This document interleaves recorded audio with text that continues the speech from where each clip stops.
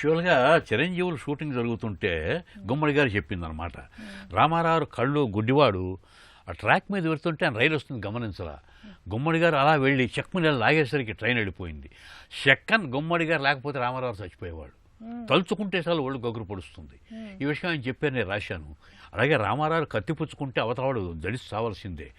ఈ కత్తి నిజం కత్తులు అండేవి. ఏ కొంచెం తగిలిన పీక్ ఎగిరిపోతుంది. రాజమకుటంలో క్లైమాక్స్లో రామారావు గుమ్మడి యుద్ధం చేస్తారు. అంత జాగ్రత్తగా ఉండాల్సి వచ్చేది రామారావు గారితో అంటూ ఈ అనుభూతులను రికార్డ్ చేయడం మూలంగా నేను ఎంజాయ్ చేశాను. చదివిన లక్షలాది మంది ప్రేక్షకులు పాఠకులు ఎంజాయ్ చేశారు. మీకు అసలు ఈ సినిమా ఈ సినీ రచన గురించిన ఆసక్తి అసలు ఎప్పుడు పెరిగిందండి? నేను మీతో చెప్పే ఎస్వి రంగారావు పుస్తకం రాసే సినిమా హాల్ మేనేజర్ మా ఇంటికి వచ్చి నన్ను తీసుకెళ్ళిన ఫంక్షన్. అందులో పులిరాజు నాకు ఆయన ఉండేవాడు. ఆయనకు ఫ్రెండ్ యు విశ్వేశ్వరరావు గారు. నాకు ఫ్రెండ్ ఉన్నాడు, మీరు ఏమైనా కథలు రాస్తారన్నాడు. అప్పటికప్పుడు పాతాళ మందిరం అని చెప్పి జానపద రాసి మెడ్రాస్ పంపించాడు. ఆయన ఖర్చులతో పంపించాడు. నా ఫ్రెండ్ భూపతిరావు అతను కూడా ఖర్చులు ఇచ్చాడు. వెళ్ళి యు విశ్వరావు అప్పుడు కంచుకోట తీస్తున్నారు. ఆ కథ విని చాలా బాగుంది, తప్పకుండా తీద్దాం కంచుకోట అయిన తర్వాత అన్నారు. అక్కడి నుంచే రచన మొదలైంది. ఆ తర్వాత 69లో జయరామరెడ్డి అనే ఫ్రెండ్ ఏలూరులో ఉండి ఆయన సినిమా ధర్మపత్రిని తీస్తూ నన్ను రైటర్గా తీసుకెళ్ళాడు. పినిశెట్టి గారి రైటరు. వెళ్ళి ఆయన కలవారి కుటుంబం అనే సినిమా మొదలుపెట్టి దానికి నా చేత డైలాగ్ రైటర్ రాయించారు. 69 ఆగస్టు 7వ తారీఖున ప్రారంభమైంది. 2 ఏళ్ల కిందటే ఇక్కడ యువకళావాహిని వారు లంకా లక్ష్మీనారాయణ గారు, కొండలరావు గారు నాకు సత్కారం చేశారు. 57 సినిమా పూర్తయిందని చెప్పి. అది కలవారి కుటుంబం.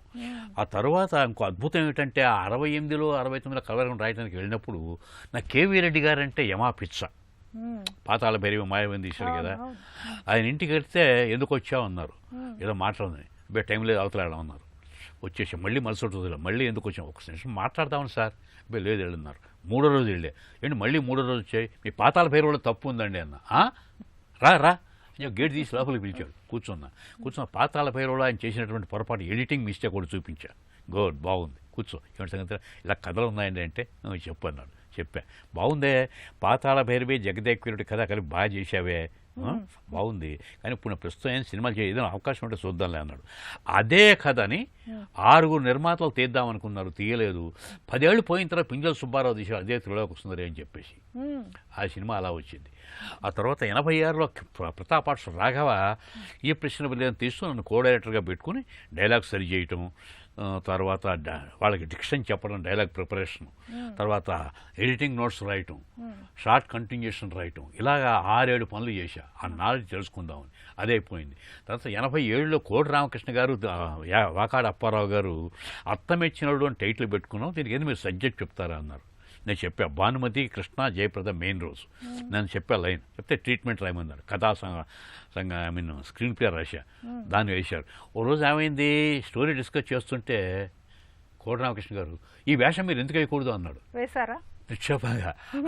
అలాగే వేషాలు ఇవాళ బయలుదేరింది. నాగేశ్వరరావుతో ఎలాగైనా సరే ఓ సినిమాలో యాక్ట్ చేయాలని కోరిక. అది కూడా తీరిందా? ఆయన అడిగా. ముందు తిట్టాడు, అభిమానం అంటావు వేషాలు అంటావు, ఏం లేవన్నారు.